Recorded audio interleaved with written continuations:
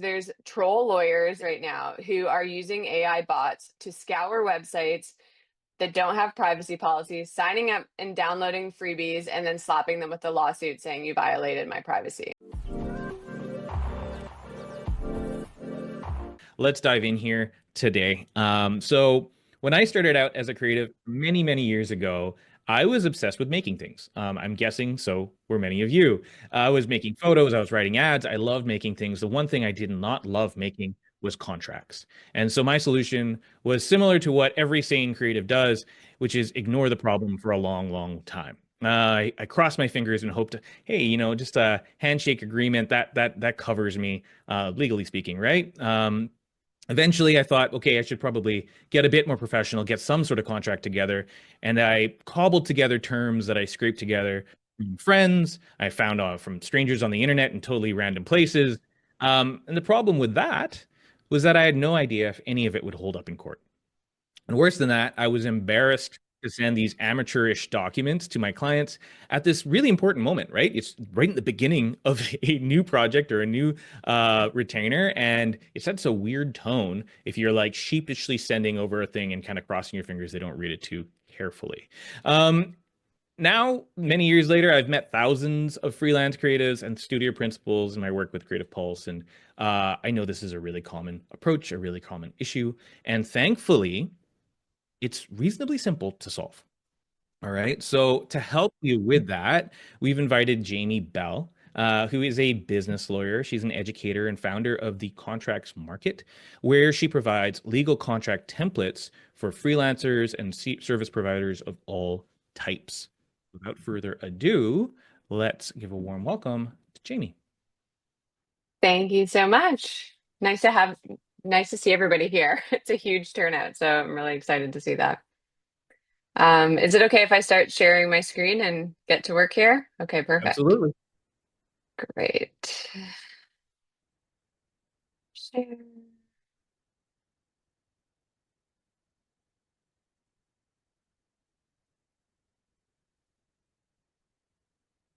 Can we see that? Thumbs up.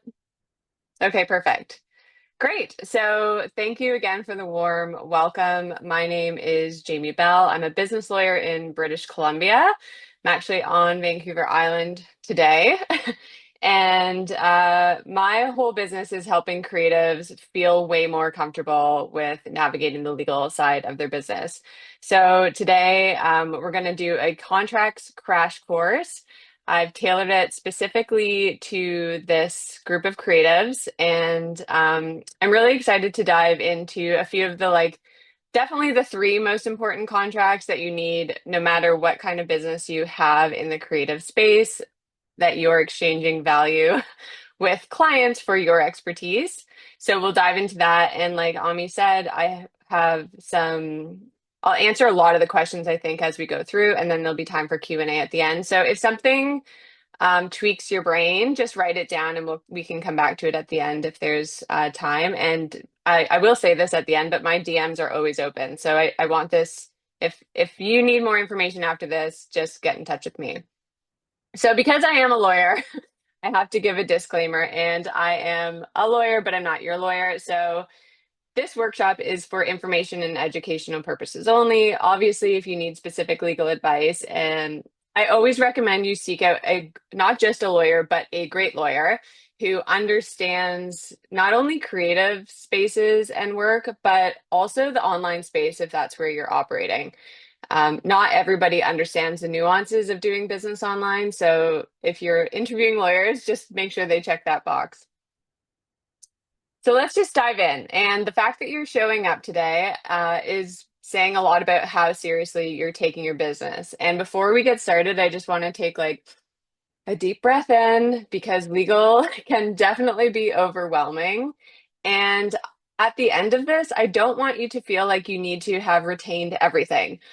You don't need to be a lawyer. I want you to absolutely stay in your lane. But what I want you to get from this presentation is just, if something comes up along the way, it's like, oh, hey, I heard about this somewhere. I'm going to get more information. So this is more of let's issue spot these things so that you can get more information down the road.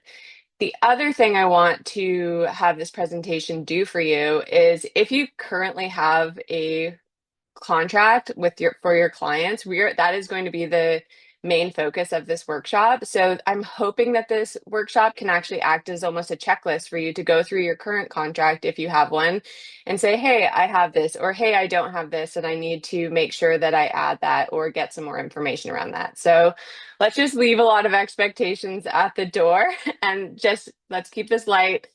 Make sure that you walk away with a bit more of an understanding, but you do not need to be an expert in this at the end.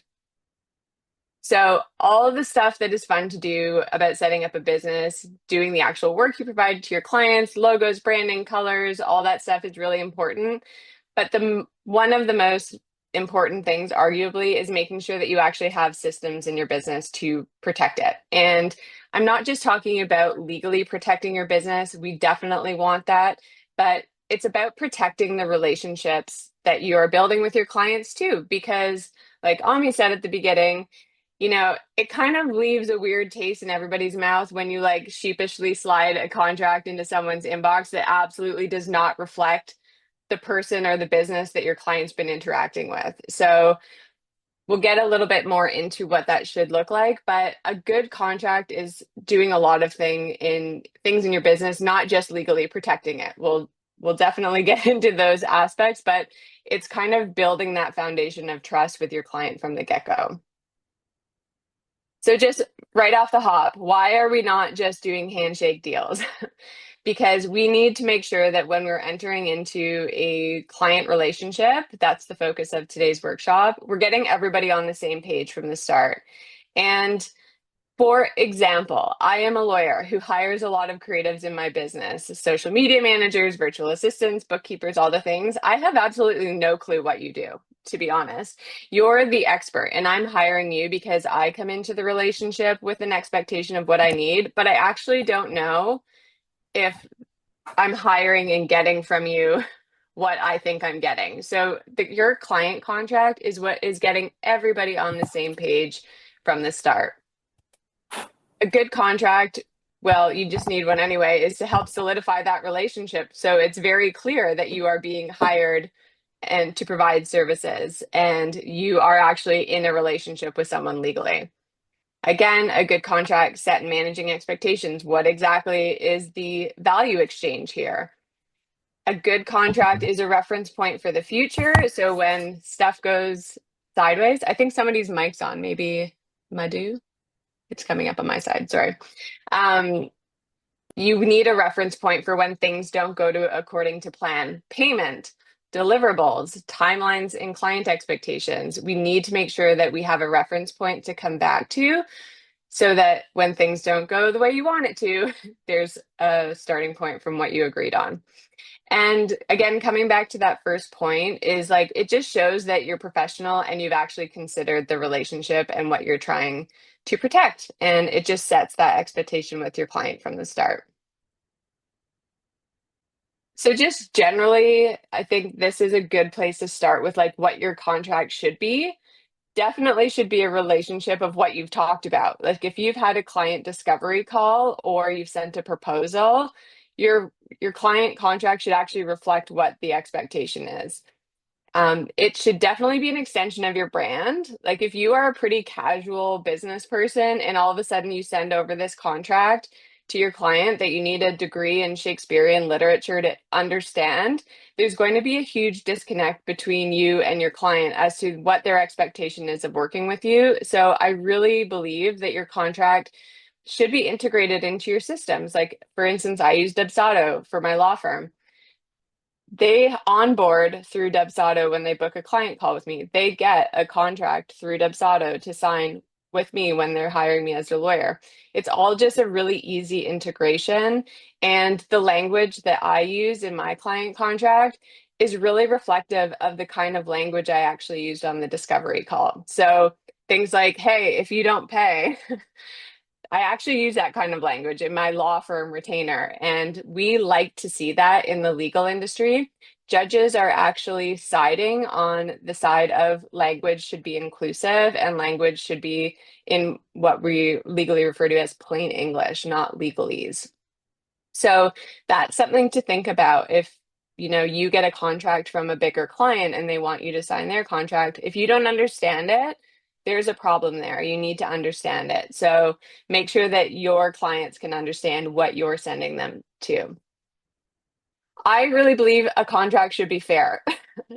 Nothing makes a client go running is if you've been really friendly on the phone and all of a sudden you have this horrific draconian contract that kind of throws the baby out with the bathwater.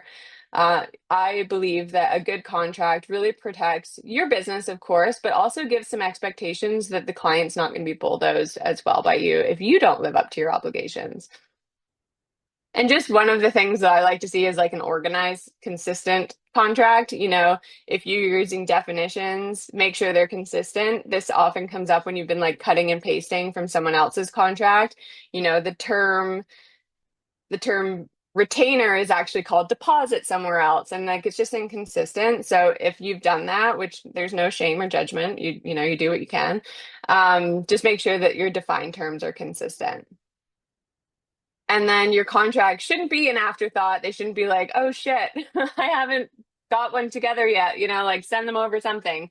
No, these are things that when you're starting your business or if you haven't done it yet, spend some time doing it so that you actually turn your mind to like your policies that are going to be in place and reflecting in your contract if your client doesn't pay or something like that. So it shouldn't be an afterthought, shouldn't be something you're embarrassed to send over. It also should not include clauses you wouldn't enforce. Because if you don't enforce clauses in your contract, you are actually in breach of your own contract, and we don't want that. So if you have really strict clauses, like I can't even think of something off the top of my head right now, but something you wouldn't enforce, take it out because you are the person. There's no contract police out there for you. You have to be the one that feels comfortable enforcing your contract. So really go through potentially what you're using right now and make sure you would feel good enforcing interest on a late fee. And if you wouldn't, maybe consider taking it out. And then please stop with verbal and email agreements. There's very little situations that I say should be just documented by email. Some things it's appropriate, but most things when you're exchanging for money or even like a services swap, I think it should be in a contract. One really good reason why you should keep contracts and agreements and changes to contracts out of emails and texts is if you ever have to hire a lawyer to actually enforce your contract for you, it's going to cost you a lot more money for me to read all your DMs, your Instagrams, and your emails. Just put it in an amending agreement, and we'll get to that a little further along. So we're going to skip over this pretty quickly, but just like types of contracts that you're going to see in your business, service agreements, that's what we're diving into. Independent contractor agreements, we're not going to talk about that too much today, but that's when you are hiring someone in your business. So it's kind of like the flip of a client service agreement. You're hiring someone to help you. Um, if you are hiring a contractor or an employee in your business, just something to keep in mind, make sure you get this classification right. I have a lot of blogs about this on both my websites for my law firm and contracts market. It's really important that you classify a contractor correctly or an employee correctly. Just because you call somebody a contractor does not mean they are a contractor. CRA is coming for you. So just before you do any hiring in your business, make sure you understand that classification. Website terms and privacy policies, we're definitely going to dive into this today.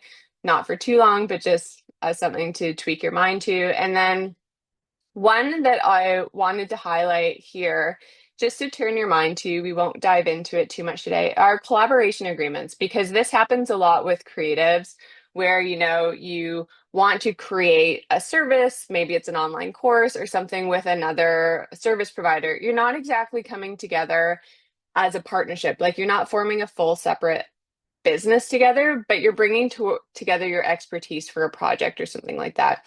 Those are the kind of things that should be documented. Nothing kills a business friendship faster than a bad collaboration. Been there, done that. So just something to keep in mind. So let's dive in. So if you have a client contract, I want this section of the workshop to act as a a high level checklist for your contract. These are definitely things you want in your contract. Obviously, depending on the type of service that you provide to your clients, they're going to shift and change a little bit. But for all my templates, this is exactly, I'm pretty sure it's the order, but of what is included in things. And then for my templates, you can customize these kind of like a choose your own adventure. But these are the things you need, bare bones, in your contract. So let's talk about deliverables, because this is usually why your client is hiring you, to create something and provide it to them for a fee. Now, it's really easy for us as, or you as creatives, I will not for a moment say I'm a creative entrepreneur, but to say like, hey, I know in my head what I'm creating for you, but your client probably has a whole other idea of what they are hiring you to do. For instance, if you are a graphic designer, um, you're I probably think I'm hiring you for like a logo and a favicon and a few other things, but for you, you know, like there's more to graphic design and brand design than just those two things. So being really clear about what exactly you are providing. What you are not providing is a really good one. For instance, coming back to that graphic designer example, often you provide three ideas. For instance, maybe you come up with three different logos and your client gets to choose one. Well, once they choose one, those other two logos, they're not getting them. They're not paying for them. But often I've heard that people think that they're getting all three, and they don't understand that once they choose the other two, go back into the pool and you might use it for another client. So being really clear, like, hey, you only get the final one that you chose. Do they get a raw file with that? Can they make any changes to it afterwards? We'll dive into that. But getting really, really clear on exactly what you are providing to your client in exchange for the fee. My opinion on this is it should be so clear that it should be acting as a checklist, such that when the project is done, you can say, hey, I delivered this, I delivered this, I delivered this to you, and now we're done. Because the more specific you get about what you are and are not including, the more you can avoid scope creep, which I think is like, you can correct me if I'm wrong, but potentially one of the biggest reasons why you start resenting your clients in your business, because you feel like you are always giving more than what you're getting paid for. So the only way you can avoid scope creep is being very clear on your deliverables. And that includes how many revisions they get to make, how many times they get access to you, how many times they get to hop on a quick call and like go over the brand font again, or changing the color scheme, or whatever it is. Get really specific about what is included in your fee, because then my favorite clause of all time plays and helps you push back on your client in these situations, and that's the additional services clause. So in all my service agreements, I recommend having an additional services fee, which does two things, or additional services clause, which does two things. Number one, it's a really nice way to list the other things your client could hire you to do for more money.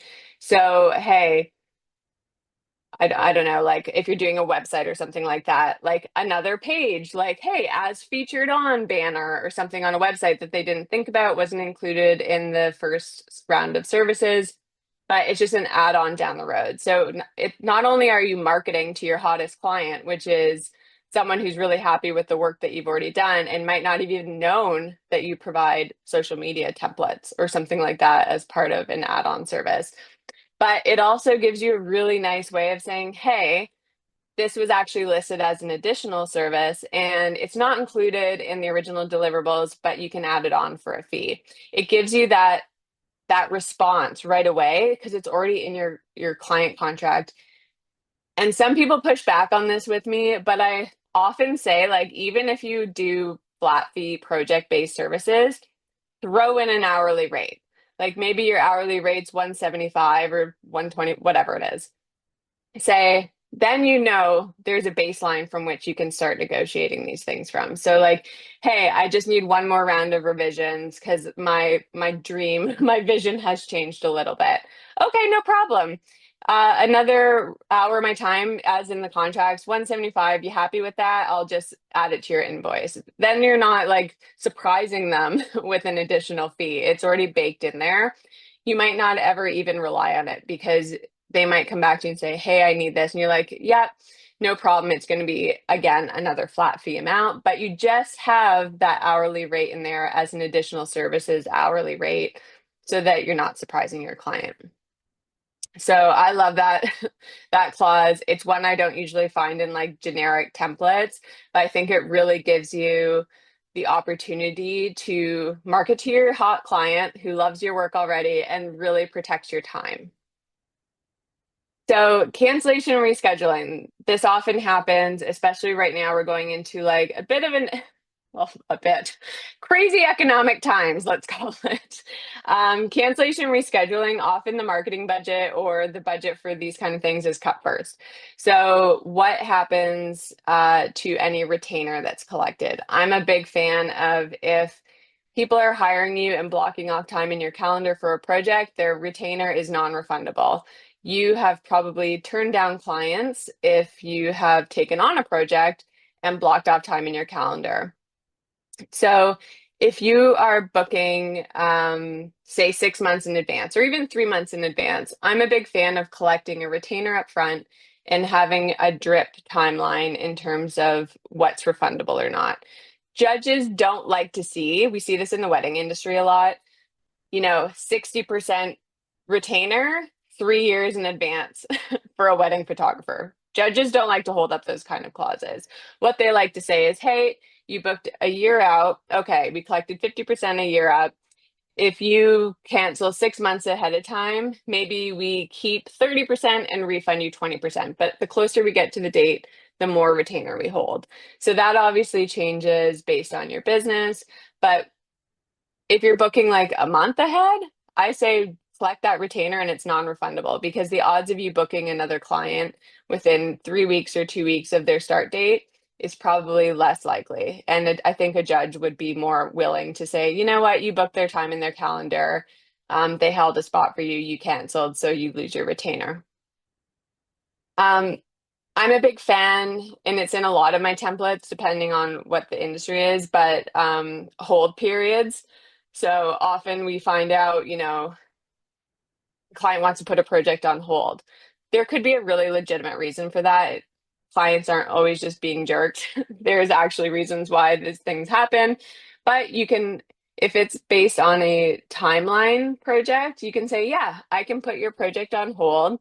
There's a $500 hold fee or $250 hold, whatever feels good for you. And I can pick this project up in the next 3 to 6 months. Again, timeline based on you, but there is a fee for that because once you get rolling into a project, it's mental load, it's juggling your calendar, there's admin things. Like I do think a fee for holding putting a project on hold is warranted. So something to think about. Um, and then cancellations, just making sure there's a notice period, or maybe you're on retainer and just if somebody has hired you to do their social media marketing or something like that, they want to terminate the contract. What is the notice period for that? 2 weeks to a month is usually really reasonable. You have to remember you're being hired as a contractor, so just making sure you get enough notice. And I'm a big fan of like making these things mutually the same amount of notice period. I respect you, I'll give you 2 weeks notice. You respect me, you'll give me 2 weeks notice. But again, that really depends on your industry. So a big one that I see missed in agreements is timeline and communication. And this is when projects start to get dragged out. So I'm a big fan of milestones and making sure that you're really hitting realistic milestones in your business. But one thing that often gets missed is like, yeah, you put a timeline that you're going to get that website done or a timeline when you're going to get revisions back for you took their photos and you're going to get them files back. But what happens if you're waiting around and you can't start your work until you get deliverables from your client? We see this in the website space a lot where we're waiting on a copywriter because the copy hasn't been provided. And then all of a sudden you get the copy on the 23rd hour and you're expected to deliver on the 24th, and now you can't do your work properly. Just make sure that you have really clear timelines for you and timelines for your client, especially if your work is dependent on your client or another contractor providing something to you. So getting really clear, and this is where really good client communication comes into play. Something that just gets better as we work the muscle. Okay, so fees. People usually get this pretty right. So making sure that you set out your fees, adding the additional services fee if it applies is a really good option. We talked about that already. Making sure that you're set up properly for taxes, that you understand what taxes you should be charging to who. This is very dependent on your jurisdiction. I just ran into a really fun tax issue in the contract market, so guilty. So just make sure that you're working with an accountant who understands and can advise you properly on what kind of taxes you should be collecting. Again, if you're collecting a retainer, which is the same as the deposit, but we are seeing judges prefer to hear the word retainer being used in contracts if it's non-refundable, because how the word deposit is getting interpreted is it's a deposit towards work completed. And so if you are canceling, if they cancel the contract, then the deposit, there's no work completed. So we're really seeing a shift towards using the word retainer because you're retaining me, you're holding space in my calendar. It's just something, it's probably not going to make or break you, but it's just something to know how the evolution of these words are being interpreted. I think it's a really good idea to let your clients know upfront and in your contract how you accept payment. For example, in my law firm, I used to not collect visas because, when I was just starting out, I didn't want to collect visa and deal with that. Now everything's so much easier, but at the time it was hard. And I had a lot of clients who were pretty pissed off at me that I didn't accept visa. So just let your clients know how you are collecting payment so they can make sure that they can pay you. When is it due? Often I really recommend as a creative, unless your client really objects and you're okay with it, is like not delivering final works until you are paid in full, because it is really hard to squeeze blood from a stone if your client doesn't want to pay you. So, say, hey, happy to send over those final files once payment is delivered in full. Now, when you're working for bigger companies, this can be a harder payment term to negotiate, but like I hate seeing net 60, net 90, like trying to manage your cash flow that way can be tough, especially if you're just starting out. Sometimes these things are just what they are, so you need to learn to live with that. But I'd probably be managing my client load a little differently if I had, 3 clients who were net 90. I'd be trying to probably take on a few other projects to get paid sooner than that. Um, I actually just did a workshop with an influencer brand management agency the other day, and they're like, big companies are just like net 90, and it takes that long to onboard. So that might be a question. And I've seen it with my clients that, like, hey, make sure that you get your payment information to them ASAP so that they can get you into the system, because it could be net 90 because their admin is just that slow. So don't dilly daddle if you see payment terms like that. And then the last one I kind of alluded to earlier was like, do you charge late fees or interest on your invoices?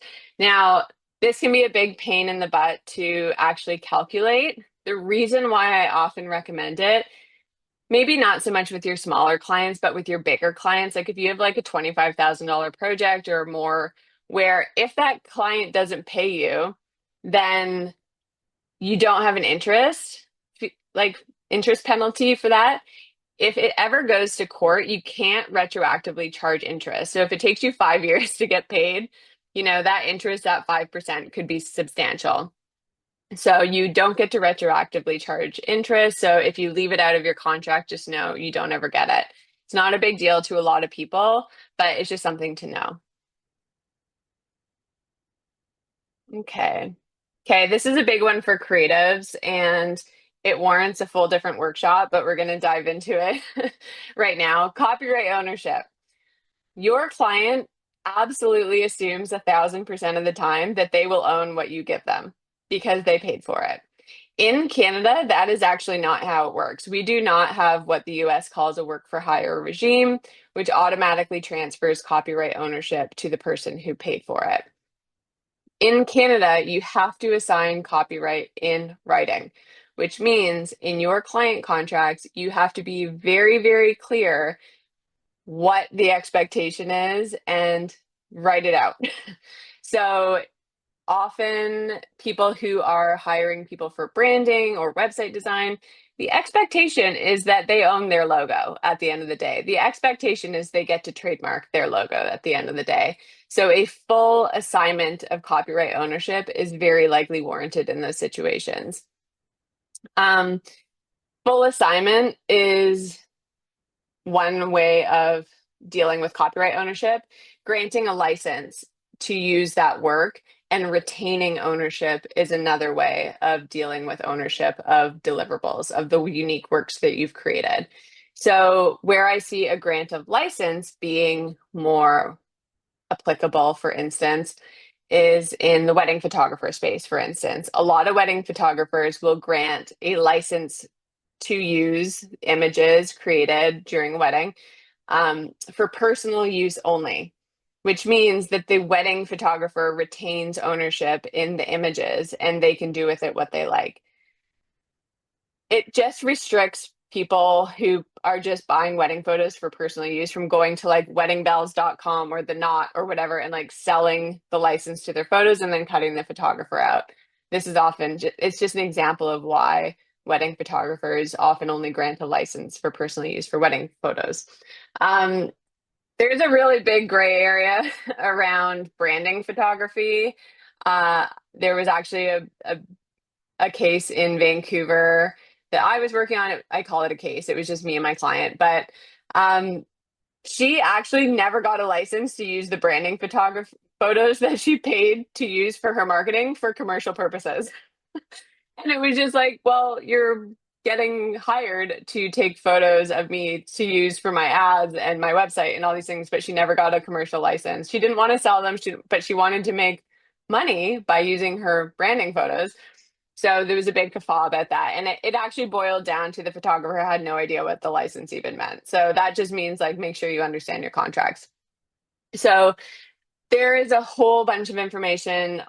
I've got some blogs about copyright ownership. My DMs are open. If you have questions about this, like feel free to reach out. But what I want you to take away is like understand how copyright needs to be owned and what the expectation is on both sides when you're dealing with clients. Now, disclaimers and liability. This is like less of an issue in the creative space. There's obviously not a risk of like death and illness. But if there's like some kind of risk of using you or your works, like photographers like out and about taking photos in the streets or something like that, like good idea to have like a liability clause in there. But disclaimers and things like that also include like approval of works. Like a good disclaimer is, hey, we are providing you with this, but it's your job to actually review the copy for any errors, or claims that aren't true because we're just working on what you gave us. So making sure that you have disclaimers that are appropriate to the services you're providing. Whether you provide any guarantees or not, again, this isn't super applicable to creatives, but if you're in like the SEO website space or website designers, a big one is like accessibility right now. Do you provide accessibility services or not? Like, do you make sure that your website is accessible to people with different abilities? Letting people know that you don't provide accessibility services is probably really important and that you provide no guarantee that the website's accessible. Something to think about. And then other legal terms that would classify in my brain and probably yours as the legalese, but are really important to include. So, governing laws clause. What laws govern the contract? If you're working with someone in California, you want to make sure that the laws of British, and you're based in BC, you want to make sure the laws of British Columbia govern your agreement. So if there's dispute, you know what laws interpret it.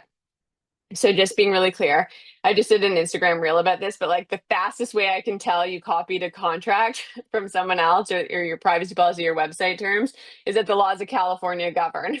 Like if you're not in California, the laws of your province or your state should be governing. There's some asterisks next to that, but we'll get into that in the next clause. But just being really clear that like your province governs, the laws of your province govern where if the contract gets interpreted.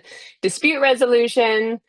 How are you dealing with disputes? I'm a big fan of a clause that says we're gonna have healthy conversation and negotiation, but if that doesn't work, we're gonna move on to either mediation or arbitration. In BC, a lot of people don't know this. There is a virtual mediation forum that I think is up to $5,000 or $8,000. So that's a really excellent way of keeping your costs down. There's like $100 initiation fee or something nominal. Um, but it's a really good way. It's all virtual. They assign you a mediator. You can get a judgment. So if your contract is under 5,000 or you're willing just to keep your damages, like your ask, under the amount for virtual mediation, it's a great option. Um, there's a bunch of other like legalese clause. If you see them in contracts, read them. The fine print does govern. You are bound by it, but they are important if your contract ever gets interpreted by a judge. And then this contracts 2 and 3 out of the 3 contracts that freelancers need to have for their creative businesses. And say it with me now. If I have a website, I must have a privacy policy.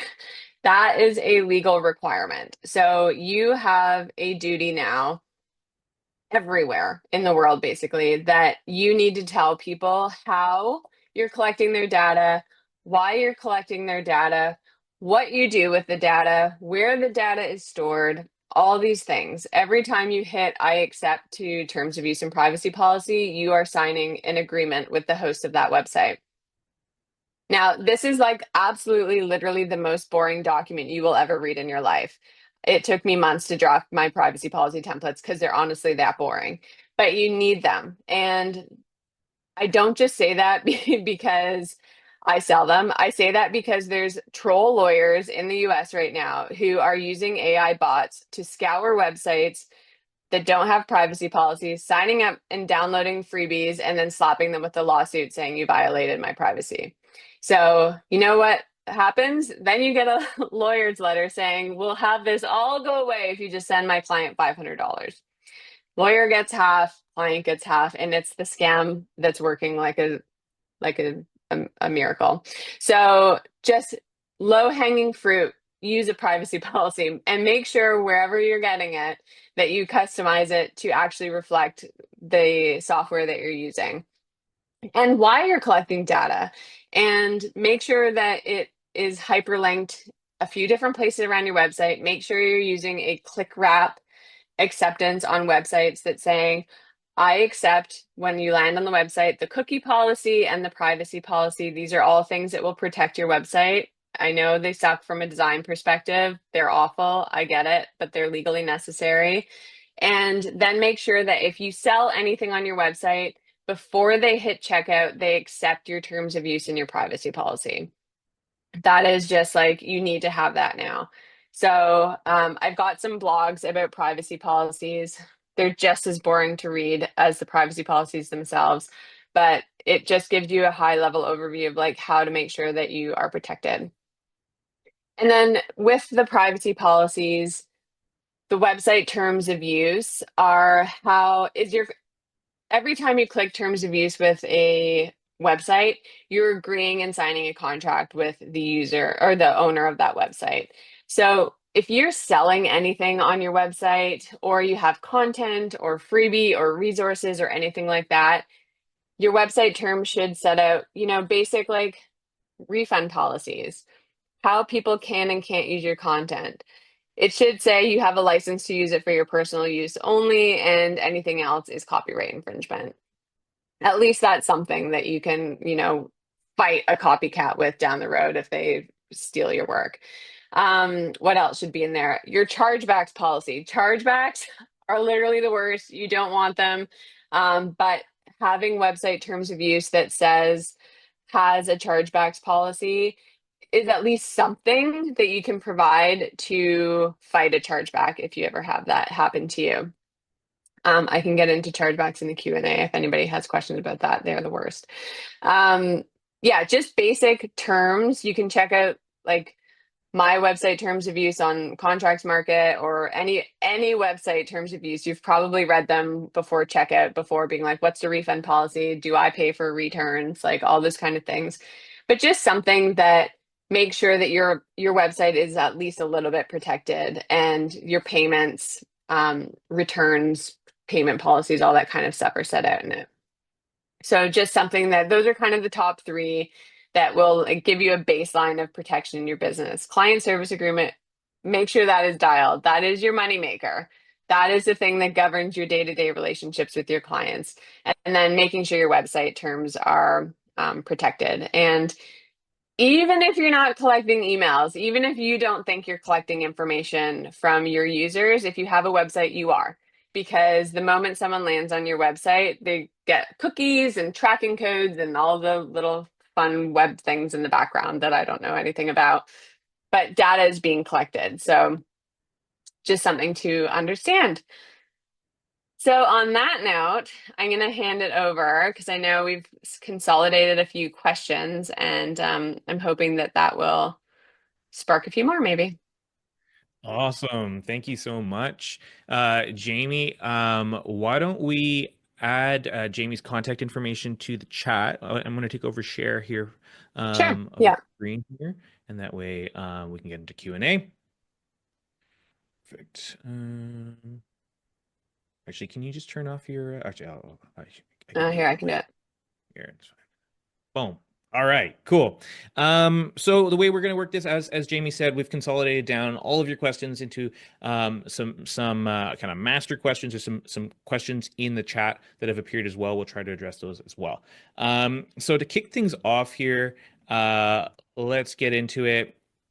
One of the challenges that creatives have is the variety of clients and types of projects. It gets kind of it's what makes it fun, but also quite messy from a from a legal perspective. And a lot of the questions I saw were around how to make adaptable contracts Mhm. without missing crucial elements. Yeah, totally. So one of the things I recommend for people if they have a lawyer draft them a contract template or they buy a template from somewhere is when you first get that contract, think about the buckets of projects that you have and just create a base template for each of those buckets because it's very likely that it's mostly the services that are changing. It's not so much or maybe the deliverable timeline, but a lot of the other stuff is going to stay pretty static.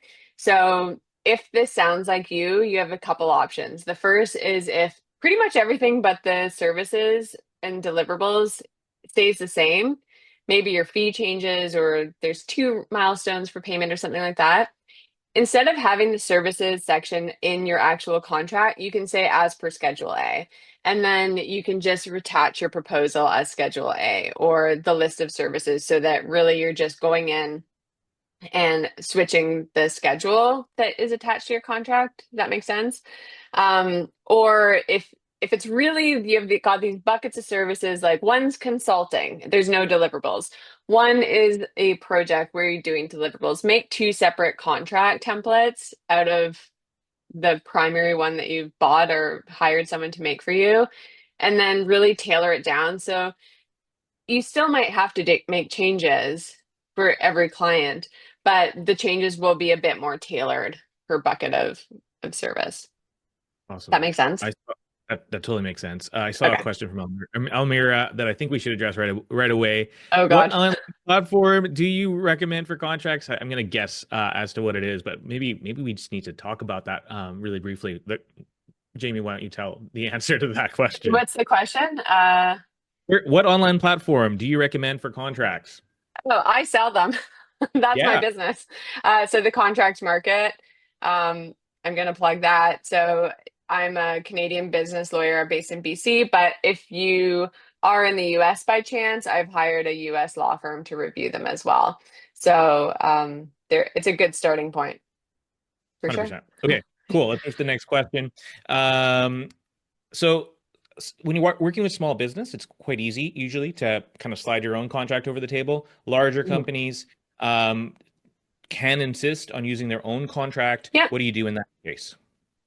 Yeah, this happens a lot. And I say first, take your own contract and use it as a reference point to see, like, try to match up the clauses. They're not going to match up exactly, but make sure like you have a general idea of what the major points of that contract are. They reflective of the one that you would send them? Um, Second, if there are things you don't understand or you're not quite sure you think you understand, ChatGPT is actually pretty good at interpreting contracts, so I would plug it into there. But then if you still need some help, get a lawyer involved. You know, like a lawyer, an hourly rate for a lawyer, we can probably have a look at your contract and help you negotiate it for like an hour or two of time. And just make sure that you're in line with you understand what you're getting and what you're agreeing to. Because I think this happens a lot where people get really excited because a big brand wants to work with them, then they get bulldozed with the client contract. And then they're like, oh, shoot, I didn't know that I actually gave up full ownership in all my deliverables. When you wouldn't have done that in the first place, or something along those lines. But just making sure that you're reading these things. Like if you sign it, you are governed by it. I get that question a lot. Like, hey, I signed this contract, but is this enforceable? Mostly it is if you signed it. So even if it sounds super illegal, like it's going to cost you a lot of money to fight it. And if it's a big brand, they've got deeper pockets. So Hmm. yeah, What make about sure you if understand what you're signing. what if you're, say, based in BC and the client is in some other state in the US or wherever else? Like, who governs location? Because there's usually an element of like where the contract is enforced. Yeah, so if Um, it's a big brand telling you that you need to sign their contract, there is no way, I don't think they're ever going to agree to switch and have the laws of your province govern. It comes down to leverage, and you just have to be comfortable knowing that if push comes to shove, then you might be governed by those laws, and that means that you have to start an action in that state or the different province. So got it. if it's your own contract, I always start with my own laws. I definitely have clients who are like, my client is, I really want to land this deal, but they, laws of Ontario govern. I'm like, well, if you can live with it, Mm, you know, it's fair. always a cost, like a cost benefit risk analysis that you're taking on these things. Okay, fair. Um, when a client eventually breaches, because it eventually happens to all of us, or worse comes to worse, is refusing to pay.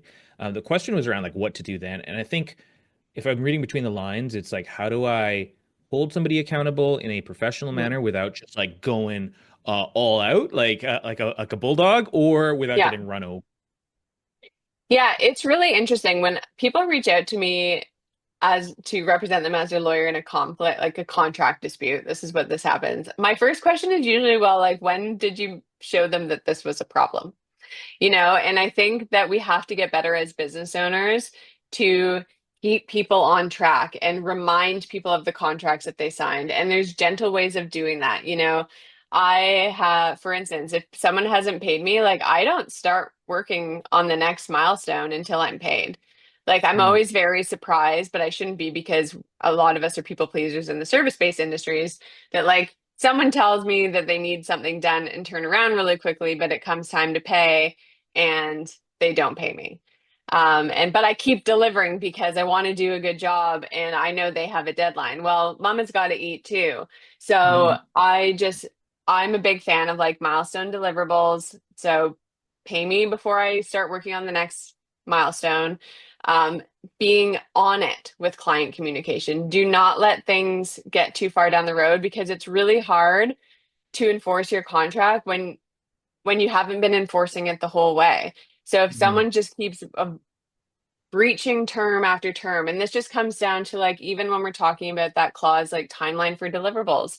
Like if a client was supposed to get you something Thursday and it's Monday after the time was due, like get on them about it. Like say, hey, I can't do my work because of this. where is it kind of thing, and be the squeaky wheel because this is already turning into a red flag. It's not likely a client you're going to want to work with again. So just being firm but friendly, I think has a way of have a way of going about it. And then honestly, a lawyer's letter can go a long way if someone hasn't paid you. The amount of times that people are like, I want to take them all the way. I'm like, let's just start with a letter. Yeah. This was due, you haven't paid, govern yourself accordingly is a nice line we like to use. But yeah, ask first, though. Like, I'm Mhm. always surprised by how many people haven't actually asked their client to be paid yet. And they just send the invoice and it ends up in the ether. And then they come to me and say, well, they haven't paid me yet. And I'm like, well, when's the last time? Show me your emails requesting, because when I send the letter, I want to say my client asked on February 2nd, then again on February 7th, and then February 10th. And now we're taking legal action. Like, you want to have a paper trail of all the times you asked for payment or asked for deliverables, or, you need to have some evidence, justification. Yeah, no, that's great. And it addresses one of the questions we had around the all too common issue of like waiting around for feedback and deliverables. It just comes Yeah. down to like having the confidence to speak up. Yeah, I like think having a schedule for feedback, like that's actually an obligation. That's one of the things I have in my templates is like milestone for deliverable, final sign off and approval. Because that is where resentment creeps in. Is like, hey, I sent this. 3 weeks later, I'm getting approval, but now I'm on to the next project and the momentum is lost. So just Mhm. say it's always 3 business days you have to turn around approval. If not, it's considered approved. Yep. Um, this is an interesting one. How do I address issues that are not in my agreement once they happen? Like, we're all doing our best. We're trying to include Yeah. all the clauses we need, but stuff happens. And as an example, if we didn't have terms around scope creep, it wasn't addressed in the contract, but it's happening. What are the like guiding principles? Obviously, updating your contract for the next time, but like for that Yeah. uh, I situation. think a conversation goes a long way in writing, like an email to say, hey, this wasn't included. Like, I don't have an additional services fee, but like, hey, we talked about this. This wasn't included in the contract. If you want to, I can do it for this. That can go a long way if it's like scope creep. And then again, sometimes these things just turn into annoying, expensive learning lessons, and we are all learning them along the way. Yep, comes with the territory. This is something you did touch on a little bit. This is a recurring issue in the creative field, especially Mhm. because people are posting on their social media accounts and Yeah. then stuff gets ripped off. Um, Knowing that it's a deeper conversation around licensing, but how can we as creatives make sure that our stuff isn't being totally taken and we're being taken advantage of by randos on the internet? My favorite question. You can't. Yeah. If you're putting stuff on the internet, it's going to be stolen. Like, you just have to know that.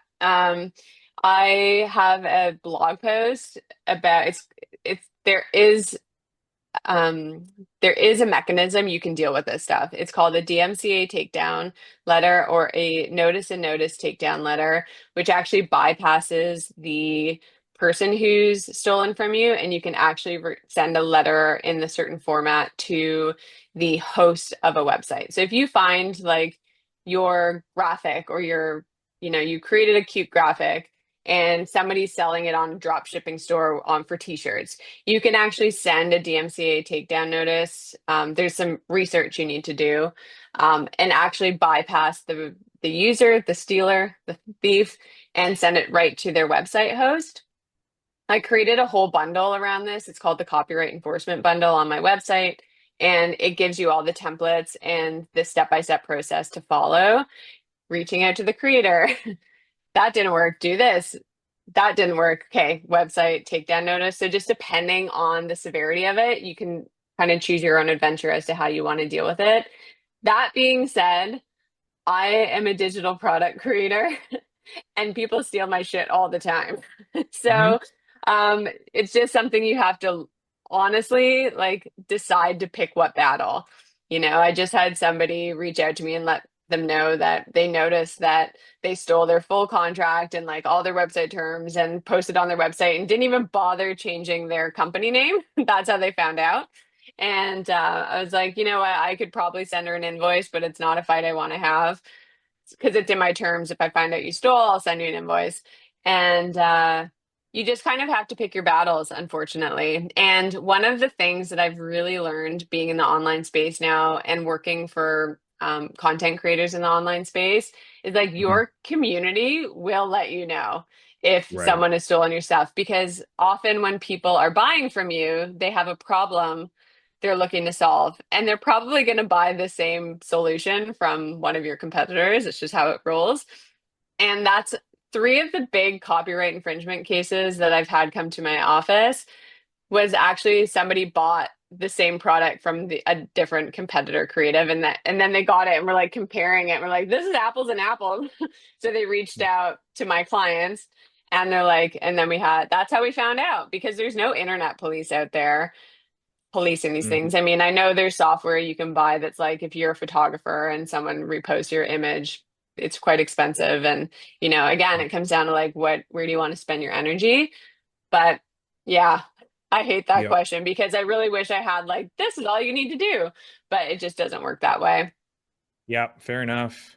Awesome. We have some other questions we don't have time for, guys. As Jamie said, her DMs are open. We've put her contact information in the chat for this very reason. I suggest you take her up on the offer. Shoot your follow-up questions over there. We're gonna move to wrap up. I see we're at 1 o'clock. I want to make sure I don't take up too much of your time here. So first of all, I want to thank you, Jamie. That was amazing. You definitely delivered on the fact that it was a crash course. It was a lot to digest. Yeah. In Do not that feel overwhelmed. Just like no little red flags will pop up if these things come up for you. So